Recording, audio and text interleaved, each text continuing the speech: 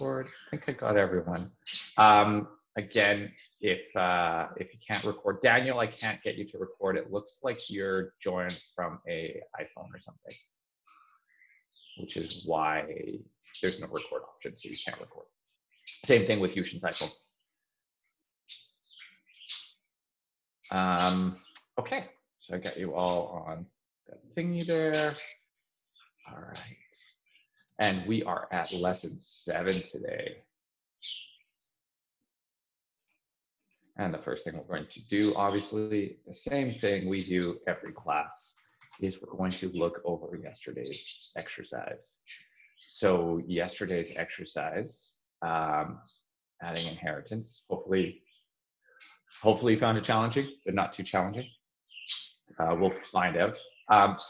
If you did, pay close attention. It's a really good opportunity to learn, and I'll show you some stuff, obviously, along the way. Okay, this is pretty interesting stuff that we're doing now, believe it or not.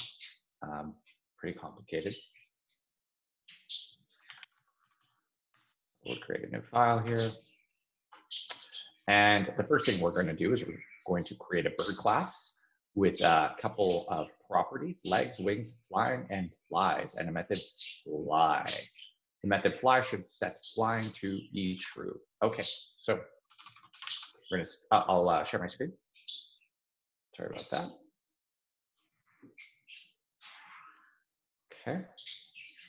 Okay, so we're going to start by declaring a little birdie class. So we're going to use the function. Here we go. Okay. We're going to use we're going to create a constructor bird. It takes a couple of properties, parameters for the constructor. What is that? It is legs, wings, flying, flies. Now, you may not necessarily want to take these in as parameters, because typically all birds have 2 wings, right? So again, that the option of whether or not you accept these as parameters into your constructor is really up to you and how you think this object should act. Should people be able to set the amount of wings on your bird, or the people? And when I say people, I mean people using it, which could be you, very well might be you. But in the future, do you want to create birds with 3 wings or 0 wings? I have a bird with no wings. It's really sad. He can't fly. Same thing with legs. Okay, should people be able to control the amount of legs, or are you just going to say all birds have 2 legs? That's just it. Okay, and I'm going to go with this version. So you're not accepting them as parameters. You're saying this is how birds look. This dot flies. By default, this is true. Okay. Generally, we're going to say all birds fly. That's what we're going to say. We could, if you felt one way or the other about this one, we could take that in as a parameter. That's pretty good. Sorry, the default should be false.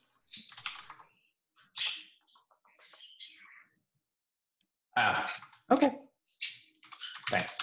Should probably read my own question. Legs and wings to 2 and flies to true. Flying should be false. Flies to true. Flies to true. This dot flying. So it's not flying. Okay. So we have our bird. We want a method on our bird called flying. So we're going to add that to the prototype. So bird.prototype.fly, and this will, the syntax error there. Some birds can't fly. The method fly should set flying to true. So this dot flying equals true. That's all it does. So when I create a new bird and I say bird.fly, it sets it to true. What we're going to do is create a subclass of bird called chicken. So subclass, we're going to inherit from bird.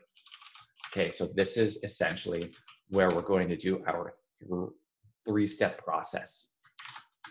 Okay, chicken. I should get rid of that. Okay, that has its own properties, color, name, species, and overrides the property flies with the and the method fly. So we'll take a look at that. I mentioned that yesterday, and we'll just take a look at what this looks like. Very simple. Okay. So first of all, we need to inherit the stuff. So we're going to use our three-step process to inherit the properties and the methods.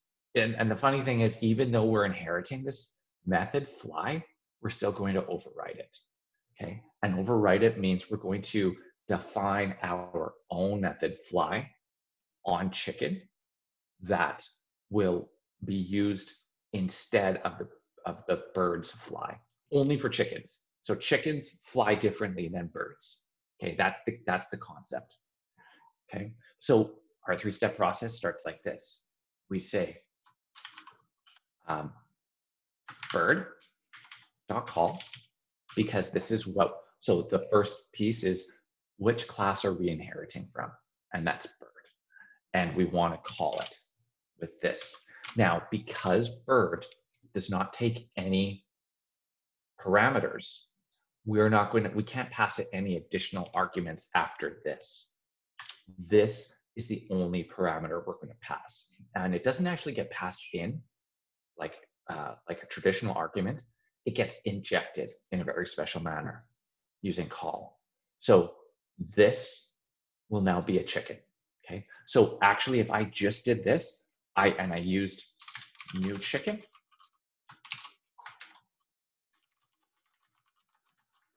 Okay. Oh, wow, that's interesting.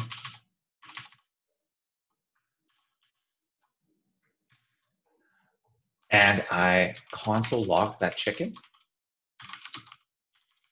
You'll see that my chicken has all those properties.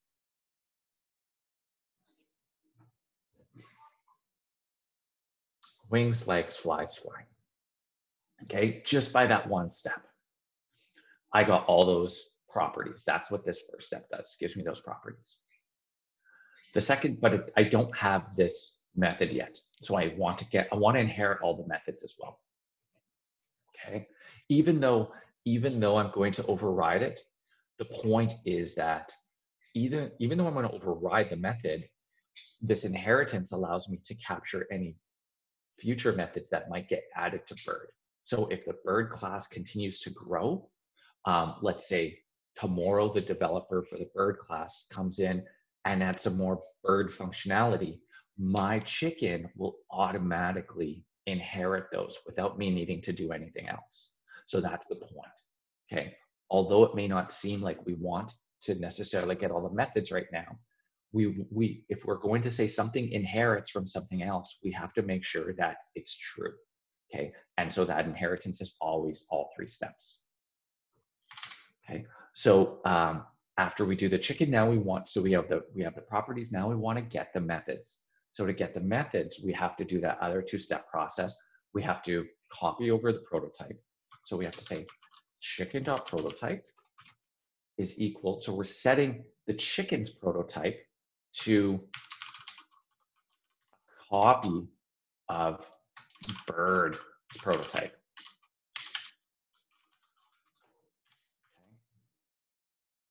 So we're going to make a copy of bird's prototype and set, but it's not a copy, it's a new object. This creates a new object that then sets the prototype of that new object to this thing that we passed in.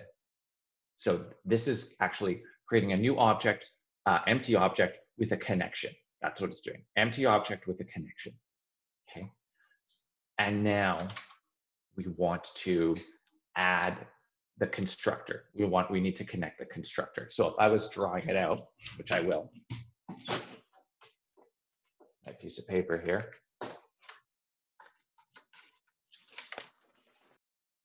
Normally I would do this on the whiteboard. And I know we have a, hey, we've got a whiteboard built into Zoom. Let's try that.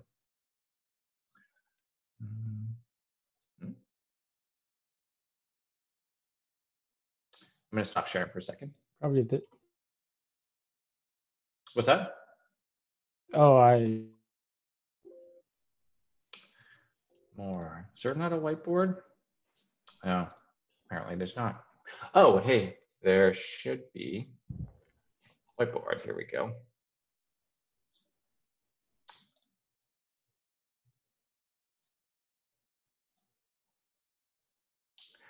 How do I do this? Can you guys see that? This whiteboard? No? Okay. no. Okay, then I'm just gonna draw it on a piece of paper.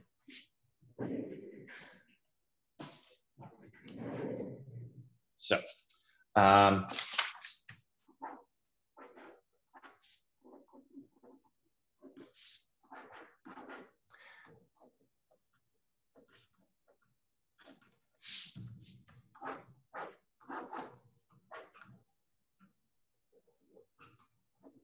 so we have our bird prototype, got our bird constructor. This is what we have so far.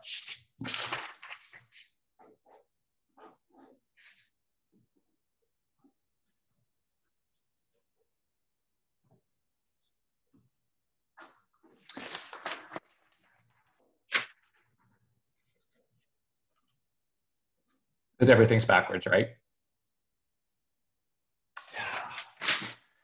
This stuff is killing me. Okay, so we have our last piece. We have our chicken prototype pointing to our bird prototype, but we're missing the link to the constructor. Okay, so that is the last piece that we need, is we need to connect that constructor in there. Okay, and that is chicken dot prototype dot constructor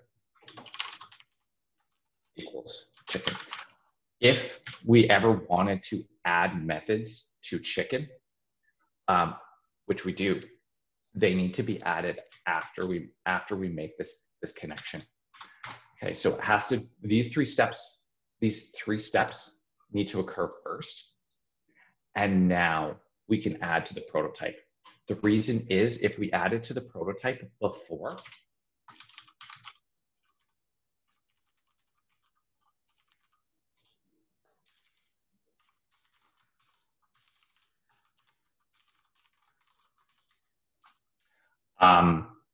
what's going to end up happening? If I add to the prototype on line 16, what's line 20 doing?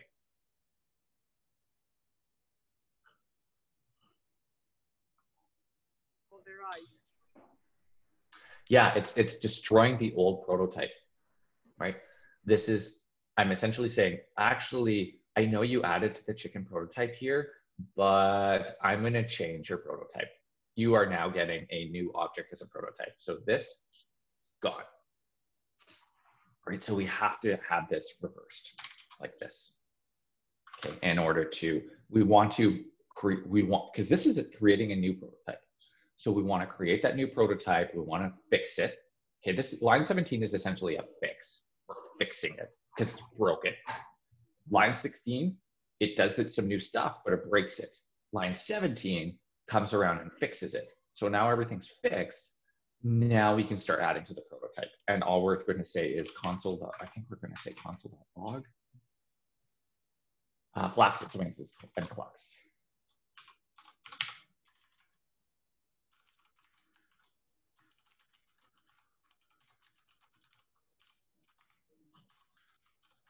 Okay.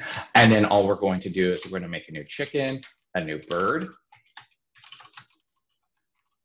Okay. And we can say chicken.fly and bird.fly. Bird.fly doesn't actually force the bird to fly, like it makes flying true. We could say, to get something a little bit more interesting, we could say console log, I'm flying. Okay. And we can run that, and you'll see that we get two different flies. Now, this doesn't look all that interesting because, well, chicken, you can't tell that chicken has inherited any of birds' aspects, but it did. And I showed you that right when I logged in. So this is a very simple setup just to kind of get you practicing some inheritance. Okay. Any questions on this one? I do. Mhm. So in the requirement that says in the chicken Yeah. instructor, that this flies should be like overridden from Oh, true to okay. false. Oh, right. Okay. So you just do this. Add flies and go false. Okay. Yep. Just do that. So it's okay to inherit things and then override them. Right. So this is going to set it to true, and then we're going to do it as false. So it's essentially doing this. True, then false. And it's a little bit redundant, right? But that's just how we got to do it. That's the only way we can do it. We can't pick and choose we can't pick and choose exactly what we inherit. We can't say, oh yeah, I want this, but not that. We can't do that. And so we just have to, we do it and then we undo it, essentially. Right? It's being done and then we're undoing. So it's not true, it's false. And then we're undoing it. Thank you, sorry.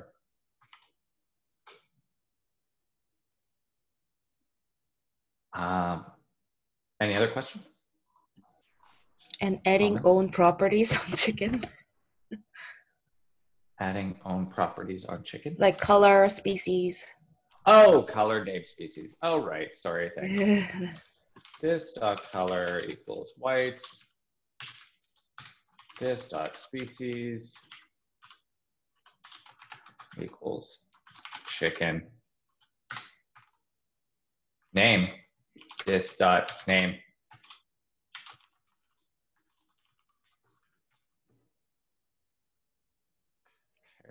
So it's more like, hey, you can inherit, and then you can add your specialized stuff that chickens have. Again, I probably wouldn't do name right in here. I'd probably take name in a parameter, right?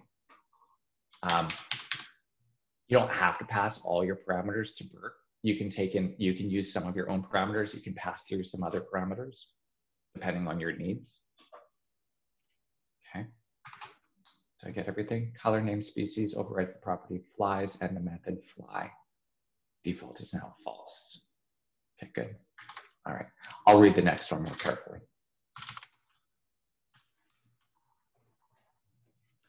Questions now. Okay. All right. Next one, we're doing a video. Okay. So we're going to create a function for a video, constructor for a video object or a class. Okay. So that's a video class. Okay. The function should take in title, uploader, and seconds. So it should take in the arguments and save them as properties. Okay. So we're looking at title, uploader, and seconds. So the title of the video is .uploader, who uploaded it,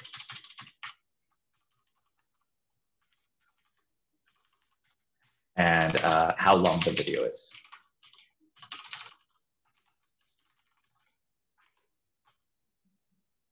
And it should save them as properties on the object. Perfect.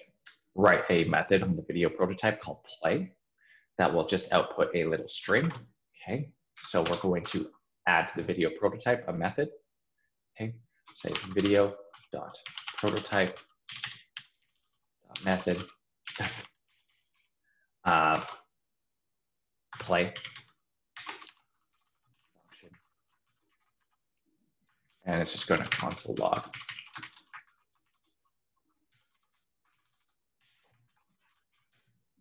Okay, and the next one is going to be watched, and it's going to say you watched every cat video on the internet.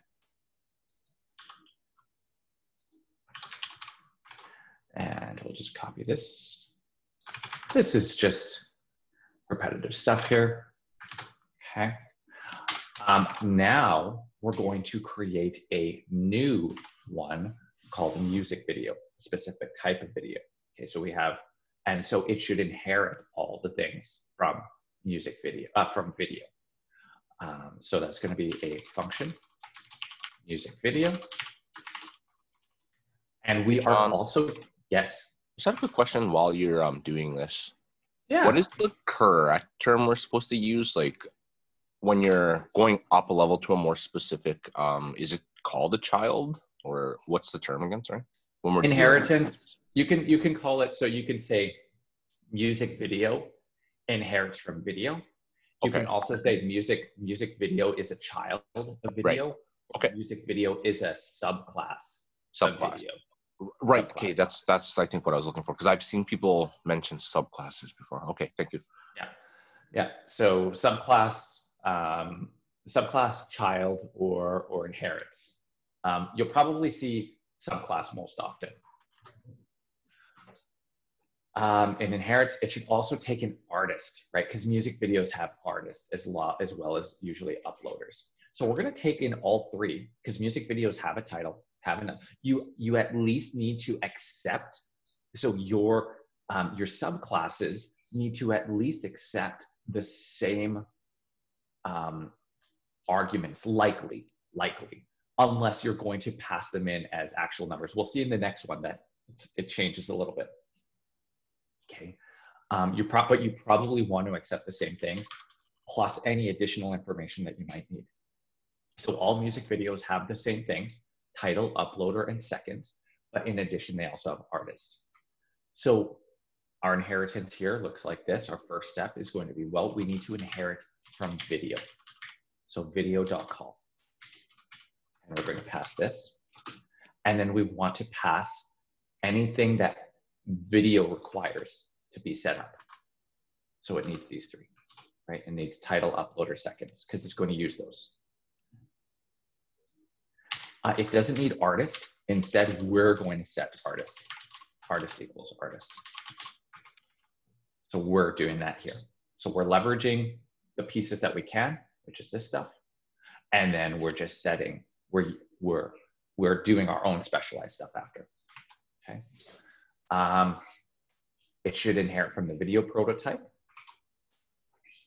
Okay, so we're going to inherit from the music video prototype. Again, our next two steps, music video dot prototype equals object dot create video dot prototype, and this makes a new empty object with the connection to the video prototype. Now we need to fix the constructors.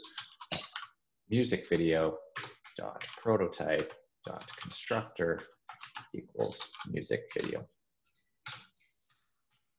Okay, now that we've fixed everything, we did our three-step process, 1, 2, 3. Now we can start adding to our music video prototype because we've properly inherited it. Music video prototype dot watch, and I think it says, oops, jumping the gun.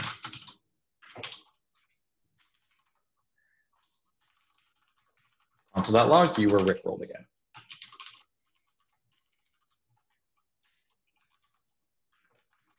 Okay. And we can just create an instance of both. So here's the thing, watch, music video has a different watch method than video, but they share the same video method. Okay, so this is just a little bit different than our chicken one.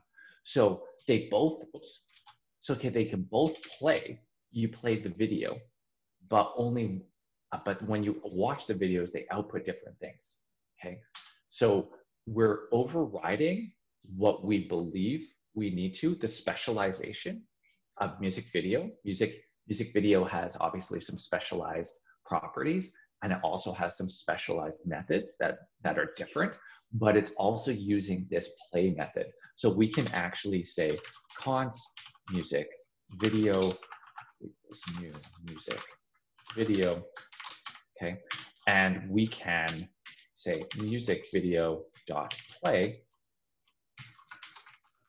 and music video dot watch, and those will both work. Okay, you played the video, you were rickrolled again. Okay, so it used this one because it doesn't have one. So it looks in its own prototype, it finds I don't have a method play. So then instead it goes up to the prototype it inherited from and looks in there and says, do you have a method play? And the answer is yes, it does. And so it chooses to use that one. Now, with respect to a watch, it looks in its own prototype first and it finds it. So it uses that one and it doesn't step up to the one it inherits from. It doesn't need to use that one. And then const video equals new video. And obviously video doesn't use any of the stuff from music video because it has its own stuff.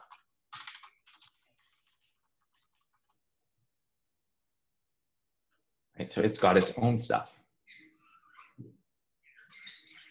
You played the video, you watched every cat video on the internet. So it acts independently. Typically, parent classes don't know about their children. They have them, and then that's it. Children know about their parents. Parents typically don't know about their children. That's pretty consistent in programming. You don't know who inherited from you. Unlike real life. Okay, any questions on that one? Pretty straightforward again. I have a question. It's actually about the function method. I don't quite remember if we have covered that or not. So it's that, can I pass in, sorry, can I skip parameters? Like if I only want to pass in seconds for, Here. Yeah, for video or music video. You can't. If you only want to pass in seconds, and you want to skip parameters, for example, like there's different ways you can do it, but in the simplest terms, no, you can't just say this. Music video, you can't just say 15 seconds. You can say comma 15, or sorry, undefined 15. That will pass in these two. These need to match up, right? So this will match with that. This will match with that. Then this will match with seconds. But you can't just pass in 15.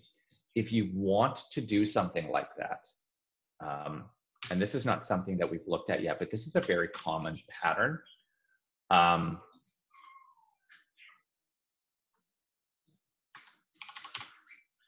do something like this. I just create a variable called like attributes. It's just it's going to be attributes. And then I do this. I pass in an object with the attributes I want. So in this case, title uploader seconds. Let's say I just want seconds.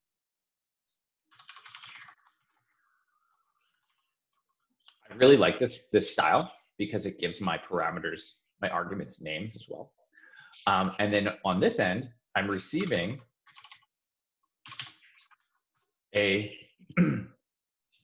this is an object with something called seconds. So this, I can pass in whatever I want here. And it doesn't have to be in order at all, right? Seconds and let's say it has seconds, and let's also say it has an artist, and that's it. Okay, so now I have in here, I have seconds and artists. It's still just one. I'm just receiving one argument, and that one argument is just it's just an object that I'm just making up on the fly. This is a pretty common pattern in JavaScript that you'll see people do. And then on the other side, they'll check, does adders, so adders seconds or 300. Right, this checks to see if this exists, and if it doesn't, it just sets the value to 300. This is a shorthand for doing stuff like that. You'll see this pattern often in more advanced JavaScript. If you're not following, that's fine. But you'll see this pattern often in more advanced JavaScript. I really like this approach because I do like giving names to my arguments as opposed to just saying, I guess it probably would have helped for me to pass in the appropriate arguments for these things. Title, uploader, right? Title, right? I don't like not knowing what these are going into, right? This has no name. It has nothing that describes it. It's just a string. Uploader, John, seconds, 50. But I like it when you do it as an object because then you can actually give names to these things.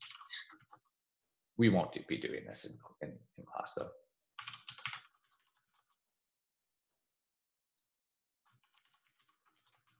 And then you just change this to be whatever you want. Some one word, objects, parameter.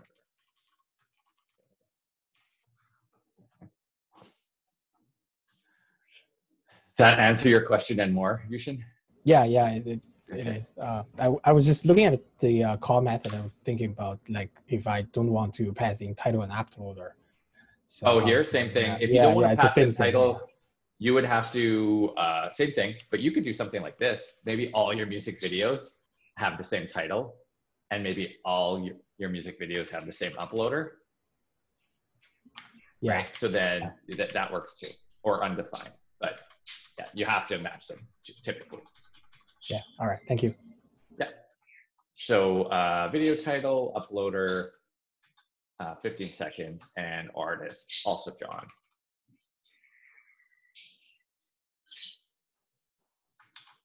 Okay.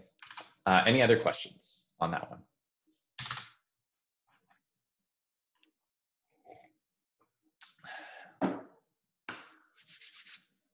Okay, next one. Last one. Length, width, height. So we're making a cuboid and we're making a cube. So function cuboid. Cuboid takes a length, a width, and a height. Okay, and we're going to have to set those. This dot length equals length. This dot width equals width. This dot height equals height. All right, and we have two functions. Cuboid dot prototype dot volume. Is it just volume? Yeah, volume. What is the volume for a cuboid?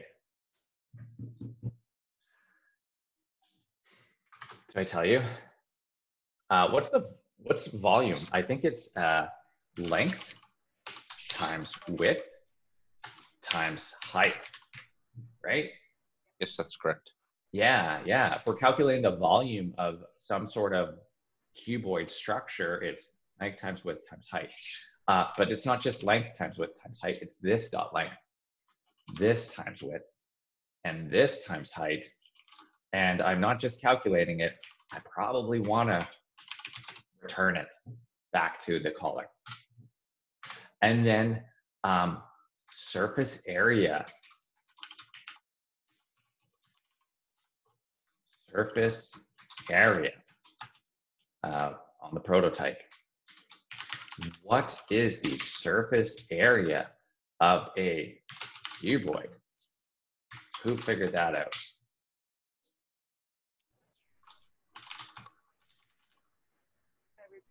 every parameter multiplied with other and multiplied with 2. Yeah. So this dot length times 2, because there's 2 lengths, plus this times height times 2, right? Because there's 2, wait, times 2, wait, yeah. So we need length multiplied by width multiplied by 2 plus Yeah, right. and height Right. multiplied 2 plus. Yep. You're right. So this times length times this dot width, right? So that'll give us 1 side of the surface area times 2. Okay. And then we do the same thing. This dot length times this dot height times 2. Because there's 2 sides, right? And then plus this dot height times this dot width times 2.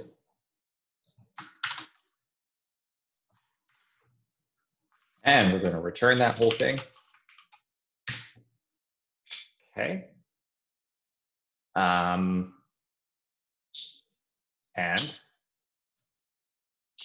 that is it. That is our cuboid. Okay, so now we have a totally functioning cuboid that calculates volume and surface area.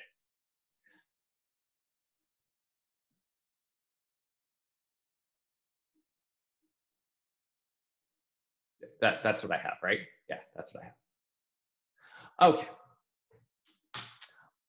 Now we want to inherit from this. We want to make a cube.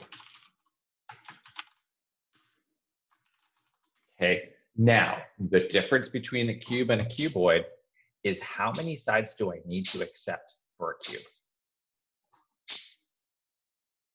Just 1. Right? And we can call it whatever we want. It doesn't matter, right? And why only 1? 1 because should only receive 1 argument, its length, and it will use that value to set the width, the height, and the length without defining these as new properties. So we're going to be doing this. Cuboid dot call this length, length, length.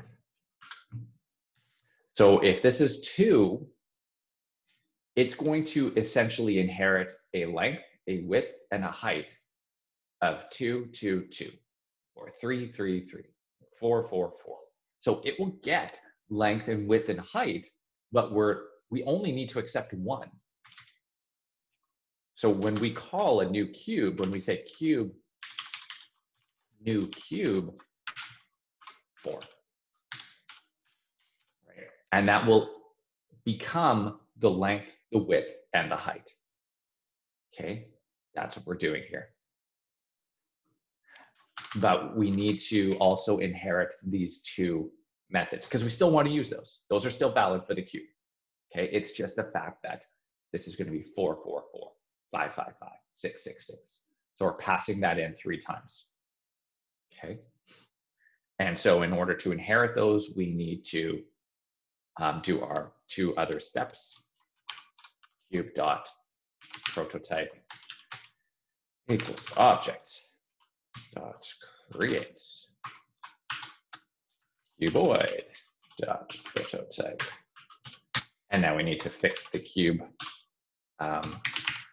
constructor.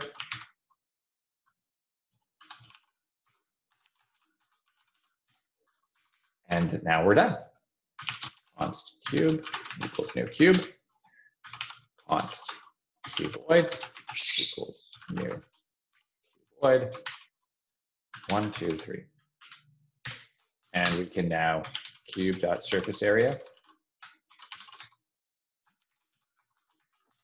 and cuboid.surface area. And we can see how they will be different. They should be. I need to console log that stuff.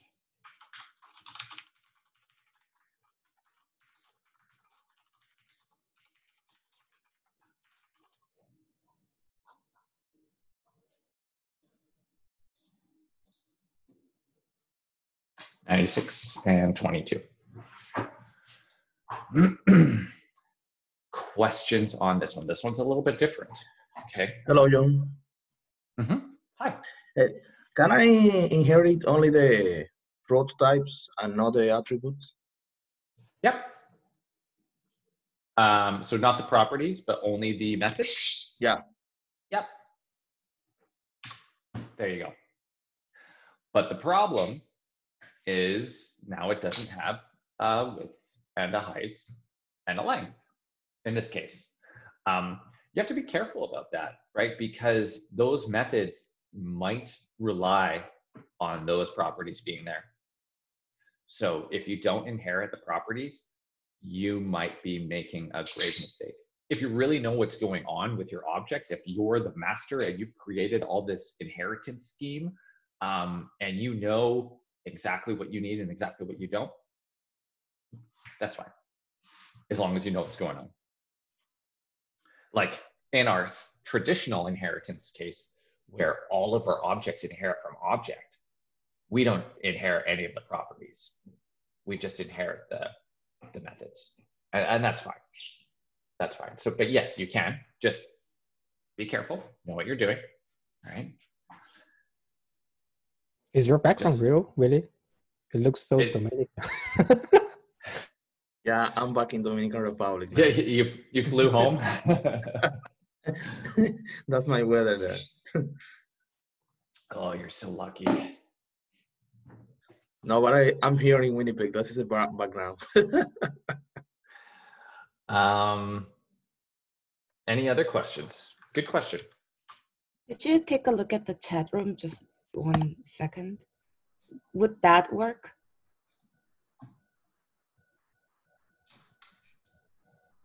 No.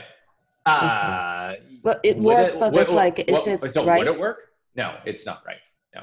It's not right. You should never be. So the question is this okay? It does return the value as I intended, but Yeah, I but it's wasn't not sure if, right. okay. You should never be declaring, you're essentially declaring a variable and assigning it inside a function call. Mm-hmm. We've never done that, and nor is that a good practice to follow. Mm-hmm. Yeah. Just replace width and height parameter with just the length. Yeah, Not because assigned, we don't give our parameters names, right? We've never given our parameters names. And this is that's essentially what you're doing here. Yeah, okay. Okay. Yeah. I have seen that in some assignments and stuff. Please don't do that for anyone who does do that. John, can you Yes. look at mine version also on Yeah, this works. Again, this works, but not ideal because we want to take advantage. This totally works, right? And this is very much like the chicken thing, where what will happen. Okay, so let me show you everyone what's going on here. For Millie's, she did this. Let's start with and dot height equals length. Okay. This is very much like the chicken thing, where we are just passing in length here. So what are going to be the values of width and height in this case? Up here.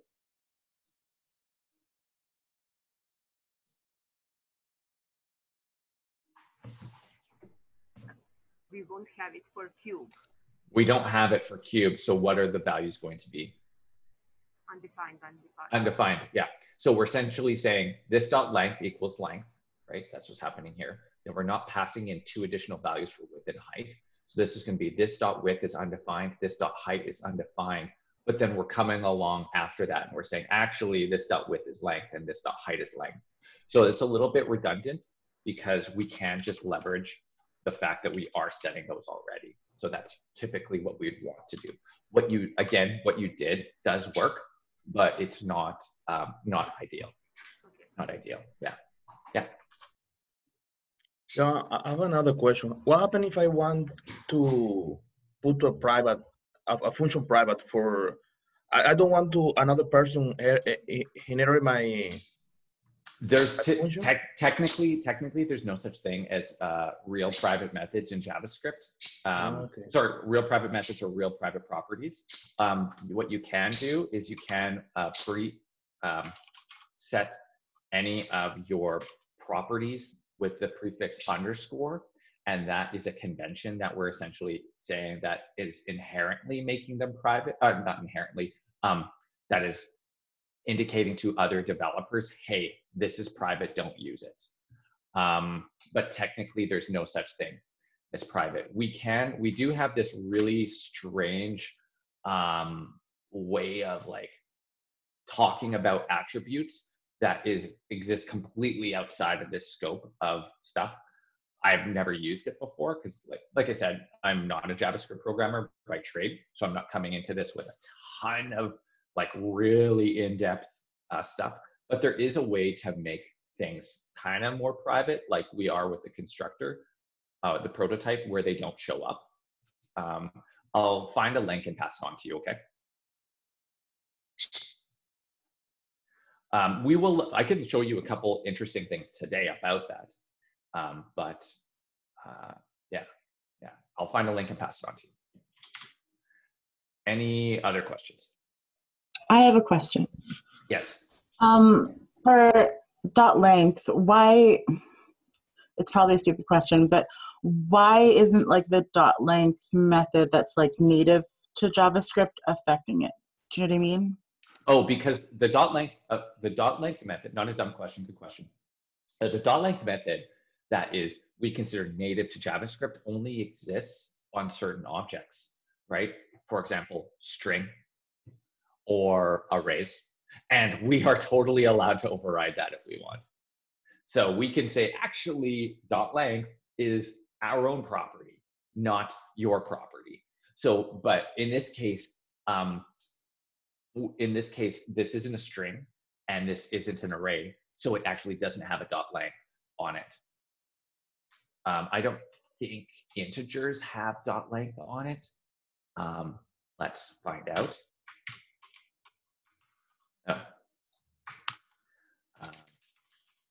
So we have to go a equals 5, a dot length. Yeah, integers don't have length on them. So can't do it. So it doesn't exist on there. Yeah, but good question. Any other questions?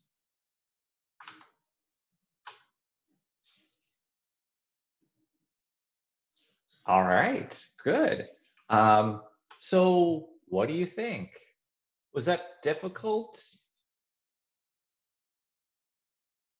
No, Ben says no. Not too bad, Not really. not too bad. Not bad, yeah.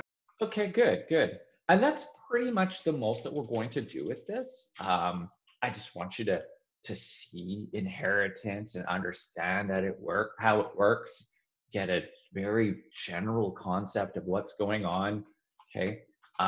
Because we will see it again. It will rear its head in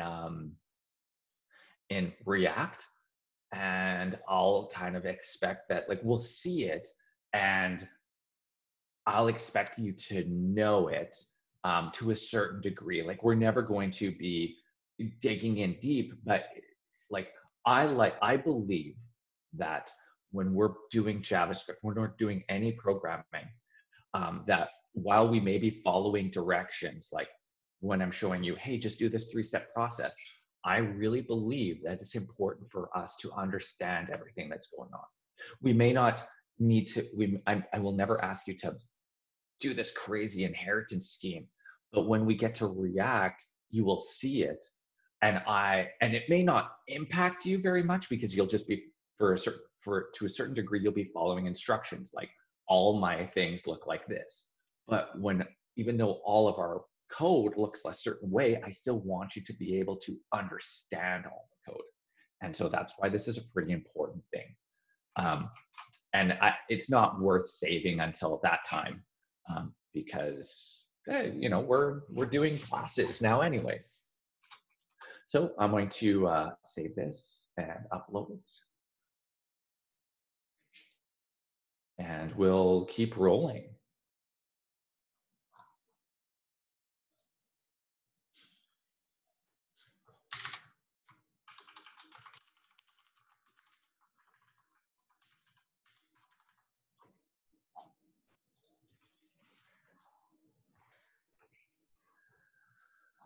Okay. Next up for today is, sounds like my baby's awake.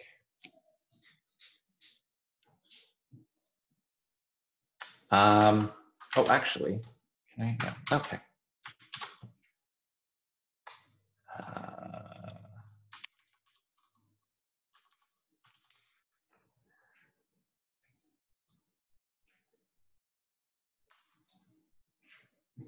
All right. So in JavaScript, so this, what we've been learning right now is considered traditional JavaScript, right? This prototypal inheritance has been around for a long time. It's not going anywhere. The foundation is not going anywhere. You may come across libraries, you may come across existing code that uses this prototypal inheritance model in a traditional, what we call ES4, ES3. So ES, so you may hear things like ES3, ES4, ES5, ES6, ES7. Those are essentially versions of JavaScript.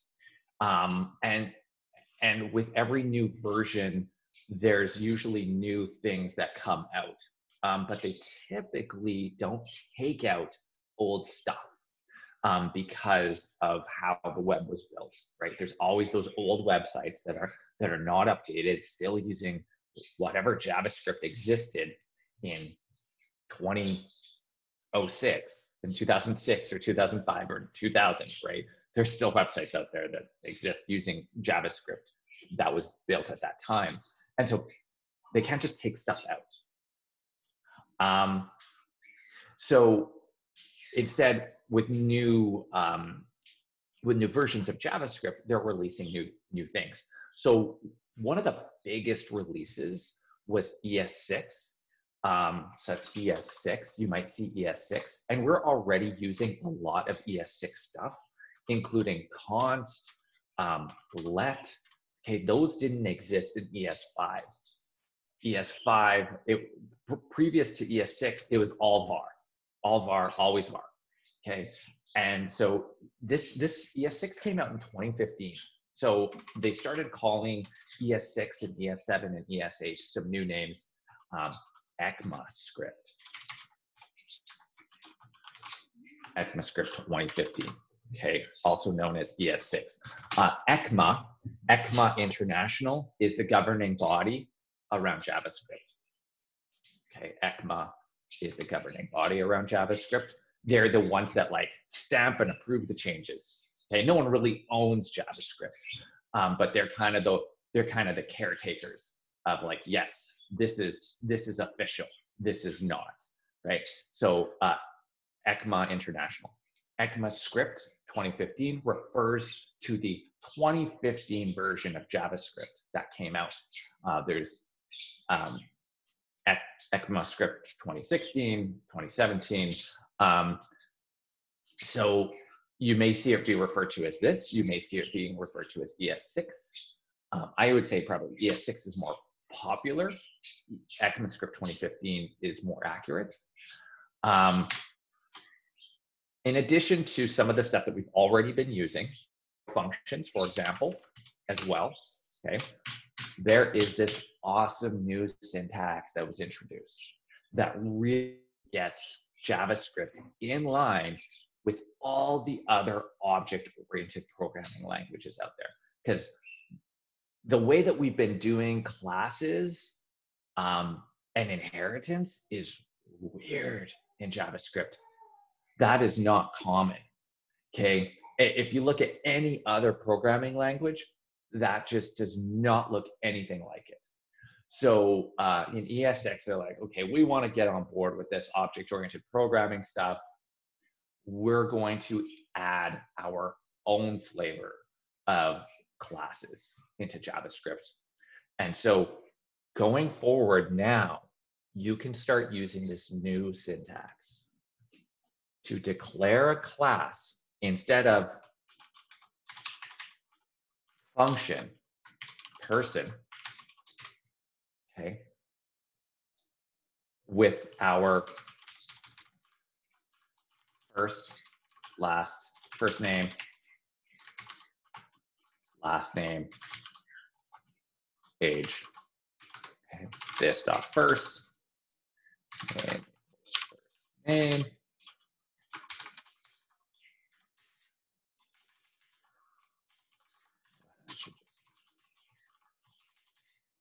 this dot last name equals last name. This dot age equals age. And instead of doing it like this, we can do it like this. Class, person, constructor,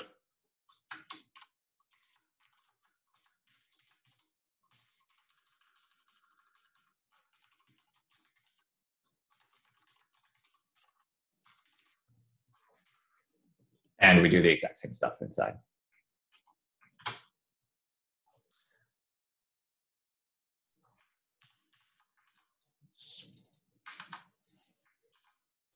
Now you might be looking at this and say, wow, that's more code.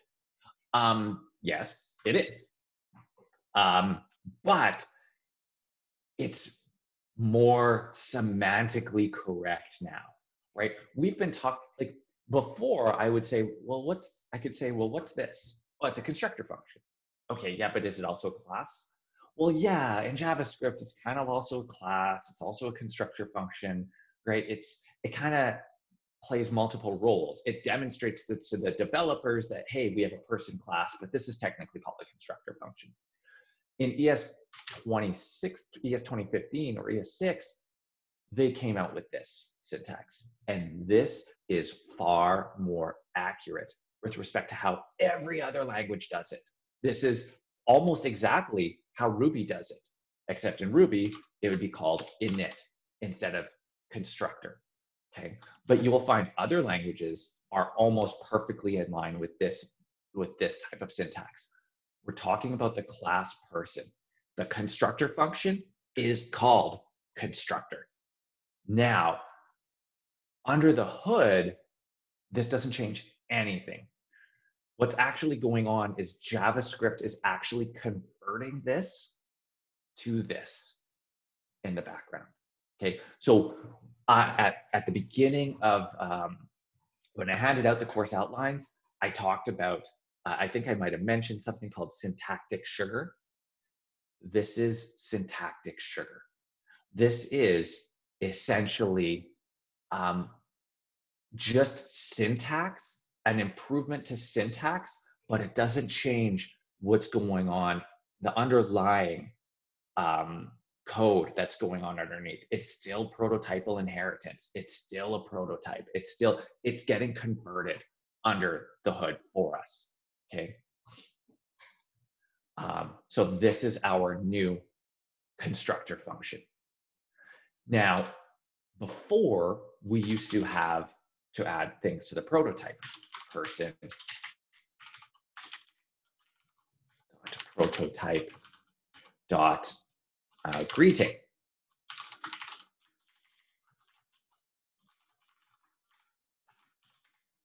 And we'll say just console.log. Hello, my name is, oh, I wish I would have used backticks. First name. Okay. When in ES6 format, in the class syntax, so this is called class syntax, okay?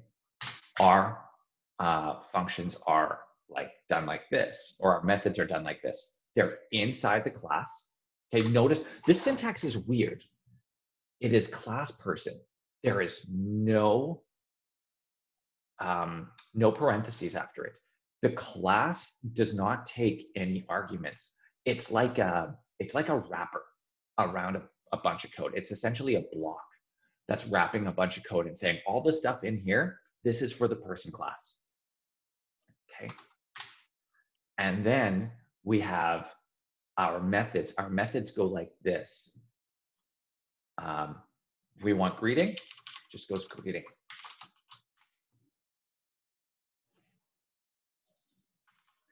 It will automatically add our methods in the class to the prototype. It automatically does this for us. They're inside here, there was no concept of a prototype anymore. It's under the hood, totally still happening. Okay, if I looked at this and I ran this block of code and I said console log person.prototype, okay, we're going to get an object with the greeting function on prototype. Okay, well, if I ran it in the browser, because it won't show it here. Okay. For the first name, you mean this first name, right? Hello, my name is. Yes, I do. Okay. Yeah, thanks. Okay. So under the hood, everything is still the same, but this just makes everything one more put together, right? The thing I didn't like about the previous version is that you can have your prototype. Typically, we would have our constructor function, and then we would have our prototype methods after that. But technically, you can put your prototype methods anywhere in the code. This puts a block together, and everything needs to be in that block. So this is the class person. Everything to do with the class person needs to be within this block. And I like that. It creates organization. It's a little bit longer for your constructor function, but definitely shorter and easier syntax for your other functions. Okay. Yeah. So this is what we're going with going forward. This is how I would expect going forward now. This is what I expect you to use for all your objects whenever you're creating a new object. And we use this the same way as we did before. Const person equals new person. John Nigel 23. Okay. Same way as we use the previous person and person dot greeting. No different. So if we run this, that works fine.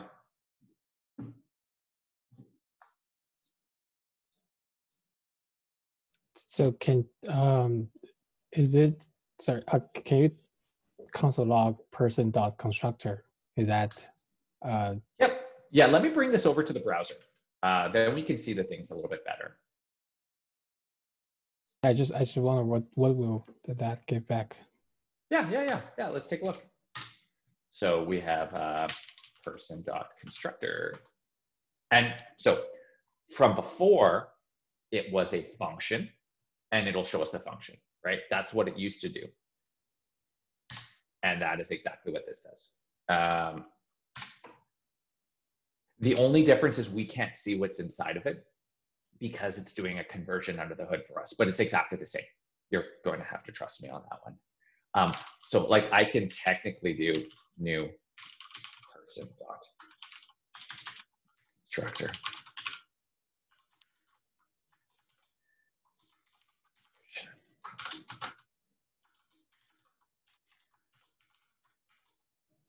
I don't know. I just assume you're all super young. Const. So now Yushin. Interesting. Can you say greeting? No, because you did. That's it. That's interesting. That's interesting. But yeah, it's the same. It's the same thing. There are some small, super small changes in how it constructs everything, but for the most part, it is doing prototypal inheritance.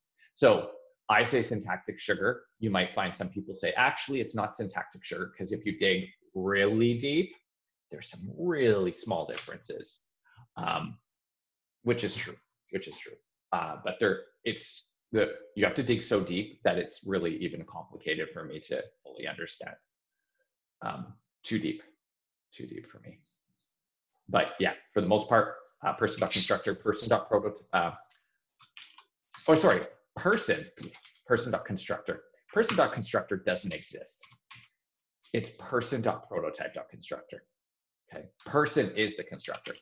Person.prototype.constructor. And I already created someone named Yushin.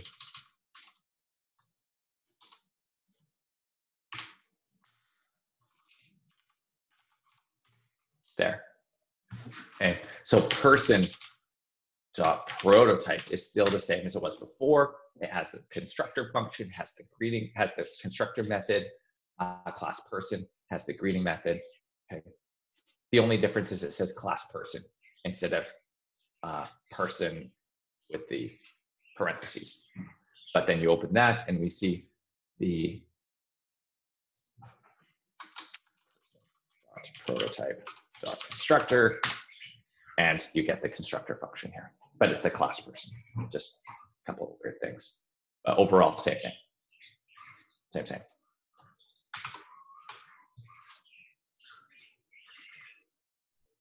You honestly, you don't really need to worry about what's happening under the hood unless you're planning on going really deep into JavaScript. You can just trust that this is how you do it going forward. You might, again, depending on the JavaScript that you look at, you might see this, or you might see this. I was just looking at a library today, very common library for managing time. And it's open source, which means we can look at the code. It's called Moment. We're actually going to use this in a couple of days because I want to introduce you to libraries. If it's not built with TypeScript, we can actually look at some of the JavaScript. Let's just click on, let's pick one. Sure, let's pick this one. And yeah, so they are wondering what they're using. There's a lot of stuff you've never seen in here, but a lot of it's complicated, obviously, right? I don't expect you to know this. But I'm wondering if they're using class syntax or prototype. It could be either, right? You never know. This was made 4 years ago, 5 years ago, right? It's still in use today, but the main pieces of the library were used many years ago, were built many years ago. So I wouldn't be surprised if it's using the old syntax. So you don't know what you're going to come across, but you can just trust that this is doing exactly what we're used to so far. Okay. I think now would be a good time for break, unless there's any more questions about this. When we come back from break, I'll show you how to do inheritance using this. It's way easier, super easy, really nice. Okay, and it just makes a lot more sense. So any other questions before we head for break? Okay, so come back 10:15, I'll continue and we'll finish up.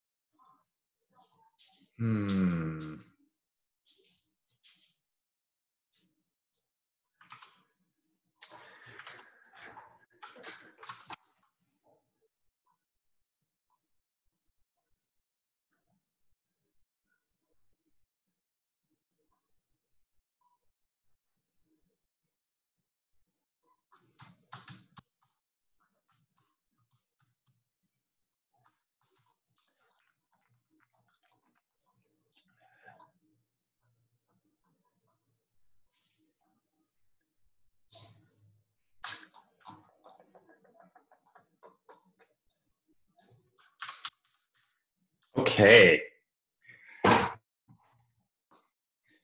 Everyone ready? I'm ready. So we left off before break looking at this new ES6 beautiful class syntax, so much better than what we were looking at before, than how we were doing stuff before. And I mentioned that there's also a way better way to do inheritance that makes way more sense. So let's go ahead and do that. Let's set that up. So we have our class here on the right now for a person, but just like we did before, we're going to set up a more specialized type of class. And we're going to set up the teacher class. Okay. Now, to get teacher to inherit Don, from, yes. Sorry, share screen, Am I please. Always want me to share my screen. You can't use your imagination, can you? Okay, so we have our person class, as I was saying, and we want to inherit from our person class with a specialized class called teacher. So a subclass. Okay, so we're going to start by declaring our teacher class, but there is a little tweak that we need to make to it, and we need to indicate what class our teacher is inheriting from. And we do it in this first line right here. And we say extends person. Okay. Already, this starts to make a lot more sense. The class teacher extends from the class person. So we're essentially saying, I mean, the only way this could have been even better is if it said class teacher inherits person. Okay, but we're essentially, that's essentially what we're saying. This class teacher, it inherits from the person class. Okay, that's step one. Beautiful, super easy. Next up, we have our typical constructor class. Okay, where we're going to take all the good stuff that a teacher needs to have and a couple more things. Subject and grade. Okay. This dot. So now, instead of what we were doing before, all that crazy stuff, where we say person.call, pass in this, blah, blah, blah, we're going to use syntax that is a lot more consistent with the language that with the vocabulary we've learned. The person class relative to teacher is known as the parent or the superclass, right? Teacher relative to person is known as a subclass. So superclass, person is the superclass of teacher. Therefore, if we wanted to use this constructor, we would say super. And we provide the 3 parameters that we want.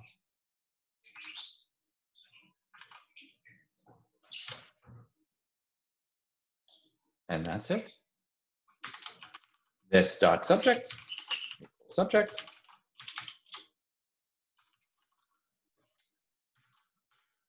This dot grade equals grade. And our teacher automatically inherits greeting. That's it. That's our inheritance now. Extends person, call super in the constructor, and boom, you're done. So now when we create a new teacher,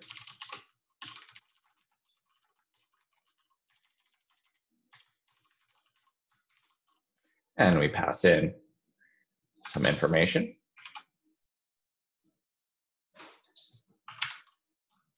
and subject, software, and grade 12. I teach grade 12, apparently. Teacher dot greeting. Just to show you that it does, indeed it does inherit those functions. Beautiful. So easy, right? This, to me, makes complete sense.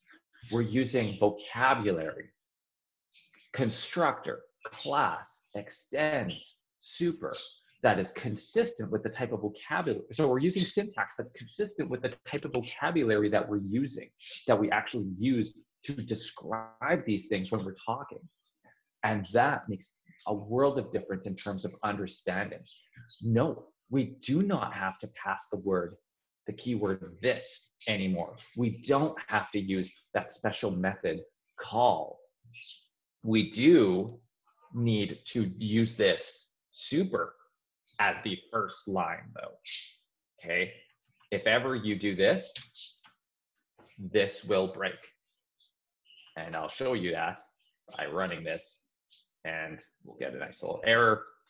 Must call super constructor in derived class before accessing this or returning from direct constructor. If you ever see this crazy error, it's because you didn't call super first. That is the first thing you must do in your constructor, is call super.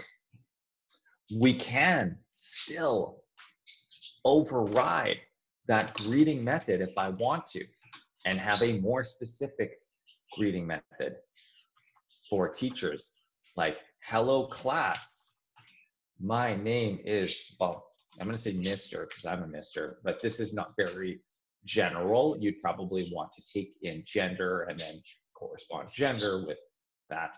But just to demonstrate, we can override much in the same way. So in the class, my super class is inheriting it, but then it's overriding it.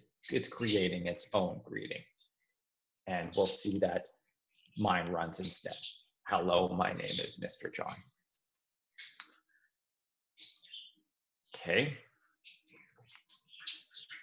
Any questions here?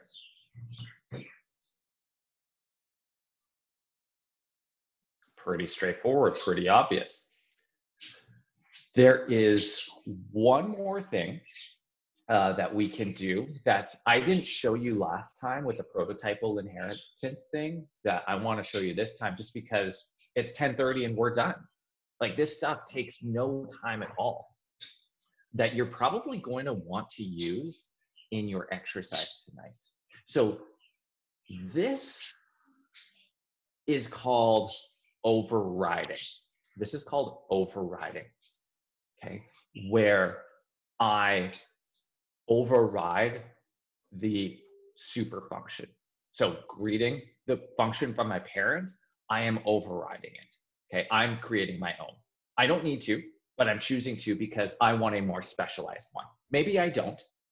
Maybe I want to use the parent one, and that's fine. Depends how you construct everything. Okay, so the vocabulary here is called overriding. There's also the ability to do something called extending, where we extend this function. So it's essentially saying, yeah, I really like this greeting function and I want to use it, but I want to add more functionality to it. So I essentially want to run it before my greeting function runs. So for example,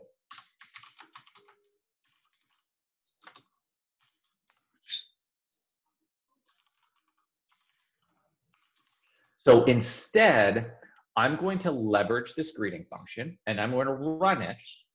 After I run that greeting function, the stuff inside my greeting function will run. So it will say, I want it to print out, hello, my name is John, and I teach this .subject software. In order to extend it, I'm going to leverage this super keyword. And I'm going to also say super inside the greeting function. That should just work. Do I have to say super dot?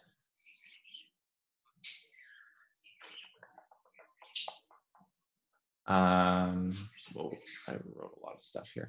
Yeah, I have to say super dot greeting.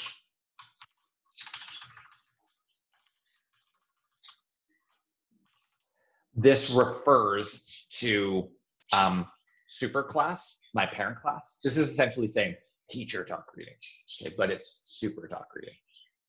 And then this will run my greeting first, and anything else that it does inside of it, right? If it sets variables or it does stuff, and then I will have access to all that stuff inside here. So if I said, it's quite curious, const a equals 5. I'm curious if I'll have access to that, but I'll just say plus space plus a. Curious to see if it can see that. We'll find out.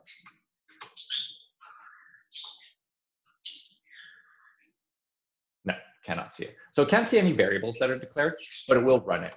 It will run greeting, the previous greeting as well, before it runs my own custom greeting. Hello, my name is John, and I teach software. So in any method in your child, if you want to run the parent method first and then run yours as an extension, you can do that by calling super, which refers to your superclass dot method name. You could really, I could have called anything here. Doesn't have to be greeting, but I'm using it in greeting, so that would make sense. Okay.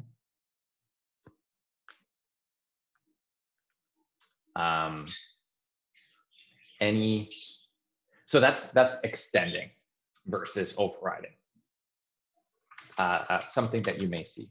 And I think I asked you to do that in today's, one of the practice things in today's exercise, just to warm up with super a little bit. Again, you won't be doing this very often, but it's worth trying out. Okay. Today's class is definitely a little bit lighter because the stuff is definitely a little bit easier. But tomorrow's class is going to be pretty heavy. And tomorrow's Friday, right? Yeah. The class tomorrow, so tomorrow's class, we are going back to your DOM manipulation. So we're taking everything that we learned. We're not doing prototypal we're not going to do inheritance tomorrow. So I will touch on inheritance again in the final project. It's going to be very small, very light. Okay. Tomorrow, so today, pretty simple thing of exercises. Okay. I'll open it up. And no reading, because tomorrow is a big project. Practice project. As a warm-up for the assignment on Monday. Okay.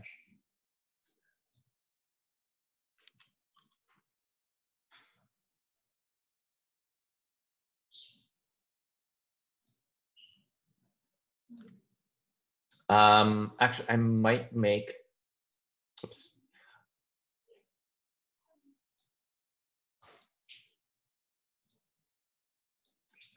Yeah, let's see what we have for today. So for today, cool, yeah, this is a good one. Okay, so I've got just two things, okay. The first one is a inheritance question. The second one is just practice with class syntax, okay.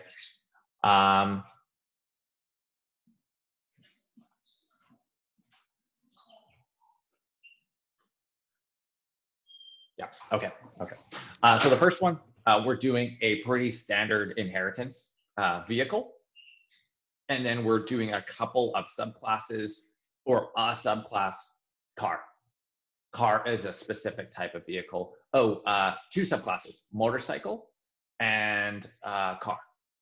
Okay, so vehicle as the superclass has two children, motorcycle and car. Clearly very different, right? But also a lot of similarities. They have engines, they have steering wheels, be it different steering wheels. One of them has 4 wheels, one of them has 2 wheels, right? Different stuff, more specialized. Okay, so that's the first thing that you're going to be doing. The second one that you're going to be doing, this is a really good one. Last year, this was an assignment. And the year before, this was an assignment. I really like it. It's you are going to be building essentially a file class, like a file on a computer. So you are going to make it so that way you can open a file, read the contents out of the file, write to the file, right? Because that's a very common thing that we need to do. The reason why, when you install software on your computer, there's all these files. It's usually because they're pieces of code that are required to run the software, right? We write code, it stores it in files, or because we're storing information about whatever happened in the program in that file. And so we need to constantly be in the non-web world, in the desktop world, we're writing to files and we're reading from files.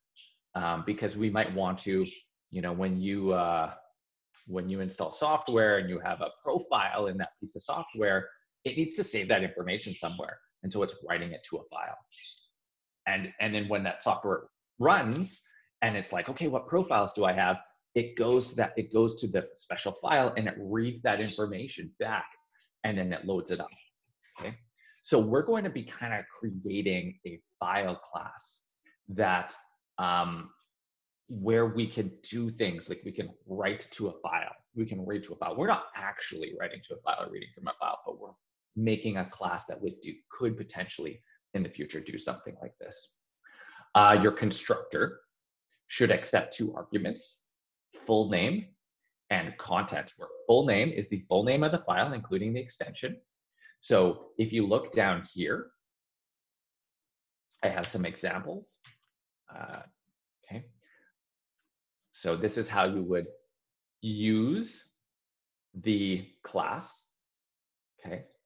New file, the full file name, in this case, the name of the file plus the extension, .text, and then the contents of the file. Now, in our case, all the contents of the file for every file that you want to test can just be plain text, just characters. Okay, no special crazy stuff. Okay, and so this is what we're taking in, the full name and the contents. Now, once we create our file, inside the constructor, we're going to be setting some properties. We have the full name property, which should contain the full name of the file, including the file extension. So if I created a new file and I said my file.fullname, it would print out the full name of the file. Pretty straightforward. That one's easy. We should also have a file name property. Okay, should contain the name of the file, excluding the file extension. So here's some examples. File 1, helloworld.txt, and I ask for file1.filename. If the file name is helloworld.txt, the full name, the file name is hello world without the extension. I have a second example here to show you what happens when you have multiple dots in your file name, because you're allowed to. In real life, you're allowed to have multiple dots in your file name, but the extension is always the last dot with this followed by the stuff on the right. So in this case, class.phptester.php, this would be the file name. This .php would be the extension. So you're always looking for that last dot. Okay, dots are reasonable, but it's the last dot that you care about. So if we're able to extract the file name from the full name of the file, we should also be able to extract the extension, the other piece. So if we're able to grab this piece, we should also be able to grab the extension, another property. Okay, alpha, beta, gamma, delta is the file name, .txt. So we want to be able to grab that txt, dropping that dot. I'm sure the wheels are already turning for some of you.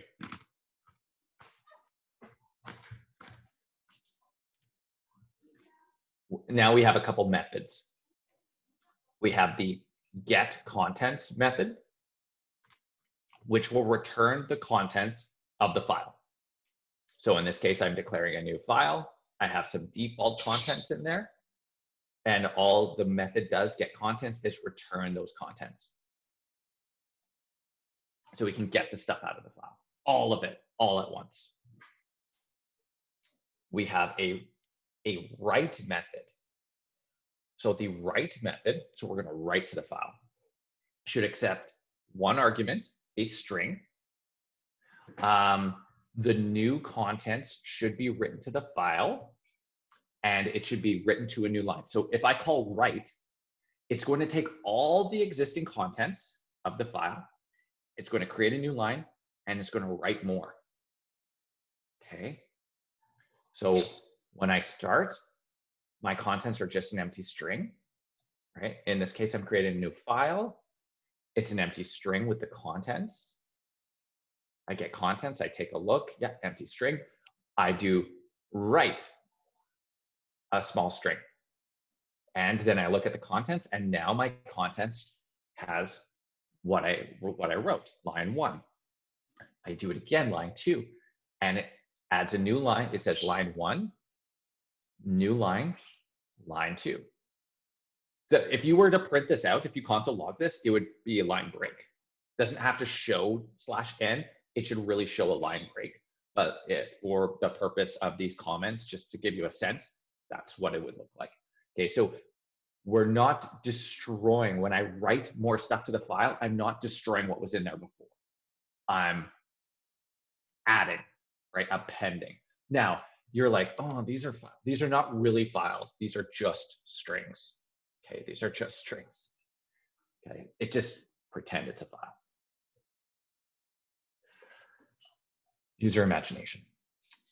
The write method. So it should append to a string. Okay. The get s method. It gives you the lines of the file, one line at a time. You're reading the file one line at a time, right? If you're writing to the file, and every time you write to the file, it writes to a new line. So if I were to write 5 lines to the file, and then maybe I want to get those lines back one by one. And these functions are real. Like, if you were to look at how you interact with a file in JavaScript or any programming language, these are the types of functions you would get. Read the entire file, read one line at a time, read one character at a time, write to a file, append to a file, destroy the contents of the file. So the getS method, you're getting one line at a time. Well, if you have these line breaks in there, how do you know? Then you have a clear something clearly defining where each line is. So you know how to get those lines back. Successive calls means I called it once, and then I called it again and again and again, right? I'm calling it multiple times in a row. Every time I call it, it gets the next line, next line, next line, next line. It is not destroying anything. Okay, you're not taking the line out. You're reading the line. You're reading the line. So if I, at the end of this, so I run out of, at the end, get a next line, get next line, get next line. Eventually, I start running out of stuff to print out, at which point it's returning undefined, undefined, undefined. There's nothing more left in the file to read. If I run get contents at the end, all the contents are still there. I did not destroy anything. Get C, same thing as get S, except one character at a time. Okay. If you want, you can skip over the /n, the new lines, or you don't have to. It's up to you. I don't really care if your file has new lines in it. Okay, just a couple notes. For the purpose of this exercise, all file names used in this assignment will be valid file names. Valid file names are summarized as follows.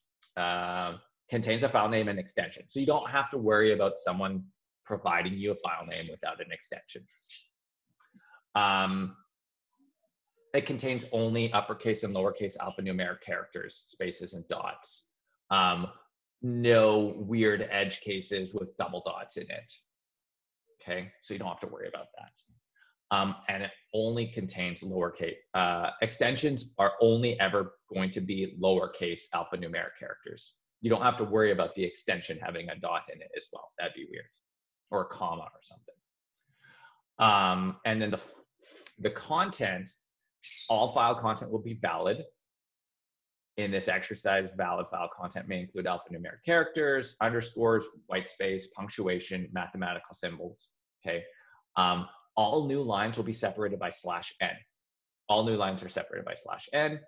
There will not be tabs or white spaces or /s/n. Don't worry about /s. You may also assume that when the tests use the write string method, the write string will not contain new line characters in itself. So you don't have to worry about the write characters when you're writing to the file having new lines. It will automatically create a new line for you. Okay, so you're building a little file class. It's got 3 properties and 4 methods, and it's essentially string manipulation. That's really what it comes down to. String manipulation and some counters and stuff like that. It's pretty interesting. And that's what you got going for you this afternoon. If you finish, I'm going to open up tomorrow's thing as well. You can get started on that. It is a shopping cart. We're building a full-blown shopping cart. I will go over it tomorrow and not today. Okay. But if you finish, it's all going to be this stuff that we're doing mixed with DOM. So we're finally taking this class stuff and we're integrating it with DOM, and starting tomorrow, it's DOM and classes all together. Tomorrow stuff is pretty complicated, which is why I'm giving you the weekend and why I'm opening it up for you now. And you can take it to where I ask you, or you can take it way further. Okay, there's lots of extra stuff you can add, lots of stuff that I left off just to make it simple and small enough that you can manage in a weekend. But if you finish this early and you want to keep going, take a look at the shopping cart, or do a DOM refresher. Or if you want, you can do this really cool bouncy balls MDN game. It's not a game, it's more like a little application.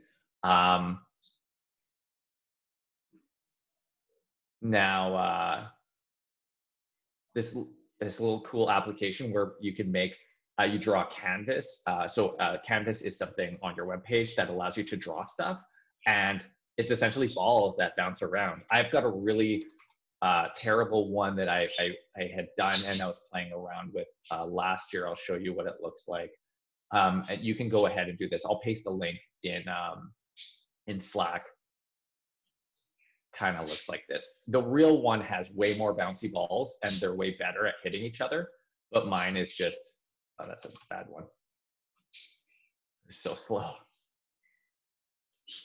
It's just my RAM is really suffering right now, which is why they will hit eventually. Seriously? On the one that you build, they'll have way more balls, and when they collide, they bounce. And you can play around with them. This is called Canvas. They're gonna hit. Oh. And see, I was doing some interesting stuff where they actually get sucked in together. I was trying to mess around with the collision, but yeah, if you it's a very simple, just follow the guide and it takes you through building it. It's really cool. And you'll end up with this really neat application, which then you can like extend as well. So there's a couple of things you can do, but definitely do what I'm providing you. Okay, so I'll post this in the course as well. Any questions? There's no reading tonight, okay? But I definitely would recommend that you, if you're not feeling super confident about this stuff or about your DOM stuff, definitely get some extra practice in.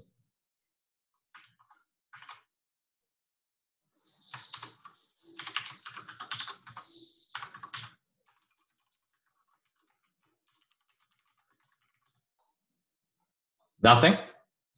No questions, no nothing. Everyone's good. Everyone's happy. All right. That's all I got for you today. Tomorrow is all exercise. Monday, exercise. So Tuesday or Wednesday, I haven't decided yet. We're going to do a little bit of an extension. We're going to look at integrating a library. And then I guess Thursday, Friday is our final project next week. So one more week left of this course. And then by Monday, we're going on to the next course. Crazy. We're almost done this one. So that's exciting. So Monday, assignment. That might be handed in on Tuesday. Still trying to figure that out. Wednesday, extension. Thursday, Friday, final project. Okay. All right. So, of course, as always, if you have any questions, I will be available on Discord.